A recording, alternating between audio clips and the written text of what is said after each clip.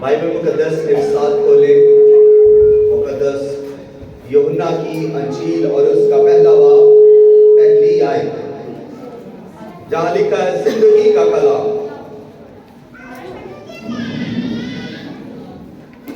یوحنا کی انجیل پہلا باب پہلی آیت۔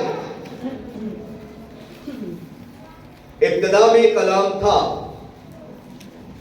اور کلام خدا کے ساتھ تھا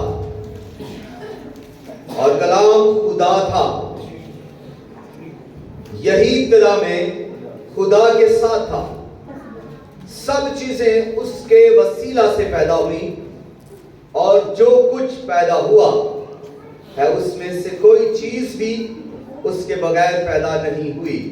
اس میں زندگی تھی اور وہ زندگی آدمیوں کا نور تھی اور نور تاریکی میں چمکتا ہے اور تاریکی نے اسے قبول نہ کیا۔ 11ویں آیت، وہ اپنے گھر آیا اور اس کے اپنوں نے اسے قبول نہ کیا، لیکن جتنوں نے اسے قبول کیا اس نے انہیں خدا کے فرزند بننے کا حق بخشا، یعنی انہیں جو اس کے نام پر ایمان لاتے ہیں۔ وہ نہ خون سے، نہ جسم کی خواہش سے، نہ انسان کے ارادہ سے، بلکہ خدا سے پیدا ہوئے اور کلام مجسم ہوا اور فضل اور سچائی سے معمور ہو کر ہمارے درمیان رہا، اور ہم نے اس کا ایسا جلال دیکھا جیسا باپ کے اکلوتے کا جلال۔ خداوند کے کلام کے پڑھے، سنے اور قبول کیے جانے پر خداوند کی کثرت کے ساتھ برکت ہو۔ آمین۔ سب کہیں آمین۔ آمین۔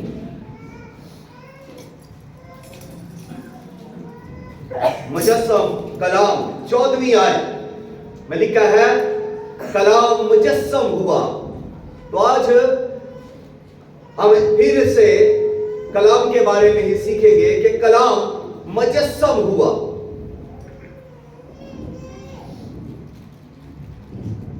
کلام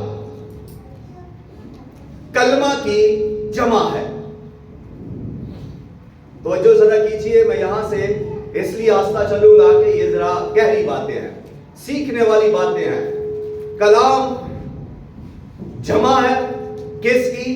کلمہ کی۔ اور کلمہ کیا ہے؟ کلمہ کی تعریف یہ ہے کہ ہر وہ بات جو منہ سے نکلے اور ضرب لگائے، یعنی اثر پیدا کرے، اچھے یا برے اثرات پیدا کرے، اور اس کا کوئی مطلب ہو، معنی ہو اس کو کلمہ کہتے ہیں۔ یہ اردو گرامر کے اندر ہے، لیکن اسی کلمہ کو جب ہم عبرانی میں دیکھتے ہیں تو اس کے لیے دو الفاظ ہیں۔ پہلا امر جو بولا ہوا کلام ہے، دوسرا دبار جو انسان بولا ہوا کلام، اور جو پہلا ہے امر وہ ہے ذہن کے اندر، ابھی وہ باہر نہیں آیا، ابھی وہ جسم کے اندر ہے، اور جو دبار ہے وہ ایسا کلمہ ہے جو بول دیا گیا ہے۔ اور اسی کو اگر یونانی میں دیکھیں تو اس کے لیے بھی دو الفاظ ہیں۔ پہلا الفاظ جو اس کے لیے استعمال ہوتا ہے کلام کے لیے یا کلمہ کے لیے، تو وہ ہے لوگوس۔ لوگوس وہ کلام ہوتا ہے جو لکھا ہوا کلام ہوتا ہے۔ جیسے یہ بائبل مقدس لکھا ہوا کلام ہے تو یہ لوگوس ہے، اور لوگوس جو ہے وہ ہم اس کو دیکھ سکتے ہیں یا چھو سکتے ہیں یا پکڑ سکتے ہیں۔ جیسے میں نے یہ بائبل مقدس کو پڑھا آپ کے سامنے اور اس کو ہاتھوں میں پکڑا بھی، اور اس کے جتنے لفظ میں نے پڑھے ان کو میں نے دیکھا۔ تو یہ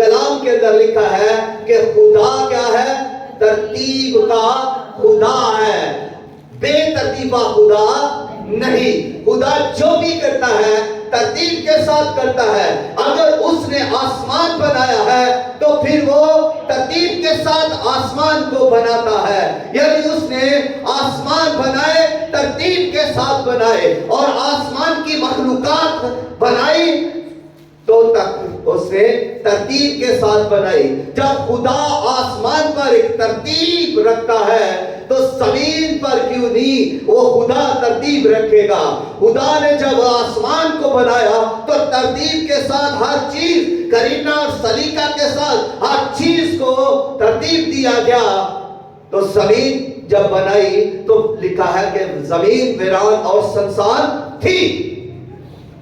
اب اگر اس کو عبرانی زبان لینگویج کے اندر لیں تو اس جس کا ترجمہ تھی کیا گیا ہے اس کا ترجمہ ہو گئی، یعنی زمین ویران اور سنسان ہو گئی۔ اب یہ کیسے ہو گئی؟ زمین کیسے ویران ہو گئی؟ زمین کیسے سنسان ہو گئی؟ کس نے اسے ویران اور سنسان کر دیا؟ کوئی تو ہستی ہے جس نے اس زمین کو ویران اور سنسان کر دیا۔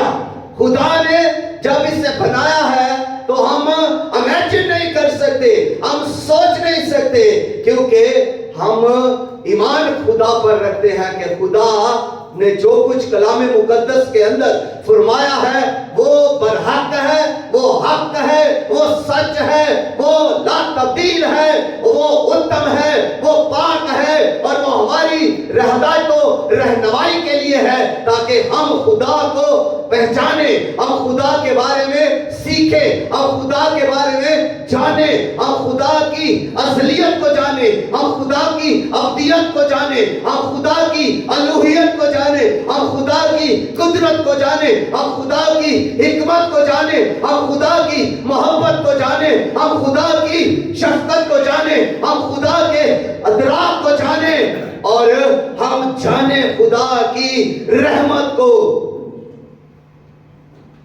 اس لیے یہ کلام ہمارے لیے لکھوایا گیا۔ یہ کلام بھی بڑے قرینہ کے ساتھ ہے، طریقہ کے ساتھ ہے، سلیقہ کے ساتھ، ایک ترتیب کے ساتھ لکھوایا گیا ہے۔ یہ کلام آپ پڑھیں، اس کی 66 کتابیں ہیں اور کوئی بھی بے ترتیبی اس کے اندر نہیں ہے۔ ایک کتاب کے بعد جب دوسری کتاب آتی ہے تو وہ جہاں پہلا اپنی بات ختم کرتا ہے تو وہاں سے ہی دوسری بات شروع ہو رہی ہے۔ نبی آ رہے ہیں تو نبی جہاں پہلی اپنی بات ختم کرتے ہیں، وہاں جب اس کے بعد دوسرا نبی آتا ہے وہ بھی وہاں سے سٹارٹ لیتا ہے، وہ پیچھے نہیں چلا جاتا بلکہ وہاں سے سٹارٹ لیتا ہے جہاں پر پہلا نبی اپنی بات کو ختم کرتا ہے۔ تو یہ سلسلہ ایسے ہی بڑھتا گیا، تو اس طرح یہ کلام ترتیب کے اندر لکھا گیا ہے، اس کے اندر کوئی بے ترتیبی نہیں ہے۔ اگر ایسا ہوتا تو خدا جو خود کلام میں فرماتا ہے کہ خدا ترتیب کا خدا ہے، تو وہ ہمیں کیوں سکھاتا؟ خدا نے جو کچھ بھی کیا ترتیب کے ساتھ کیا، اور خدا نے پھر اس زمین کو جو ویران اور سنسان ہو گئی تھی اس کو پھر سے خدا نے تخلیق کرنا شروع کیا، پھر سے اسے ترتیب دینا شروع کر دیا۔ اور خدا نے پھر ہم جب دیکھتے ہیں اسی آیت کے اندر کہ زمین ویران اور سنسان ہو گئی، اور گہراؤں کے اوپر کیا تھا؟ جو پڑھتے ہیں بولیں، گہراؤں کے اوپر اندھیرا تھا، تاریکی تھی، چھائی ہوئی تاریکی تھی، ہر طرف اندھیرا ہی اندھیرا تھا، روشنی نہیں ہمیں مل رہی تھی۔ تو پھر کلام کے اندر لکھا ہے کہ خدا نے کہا روشنی ہو جا۔ اب یہاں سے سٹارٹ ہوتا ہے، خدا بولتا ہے۔ اب وہ خدا جو اصلی خدا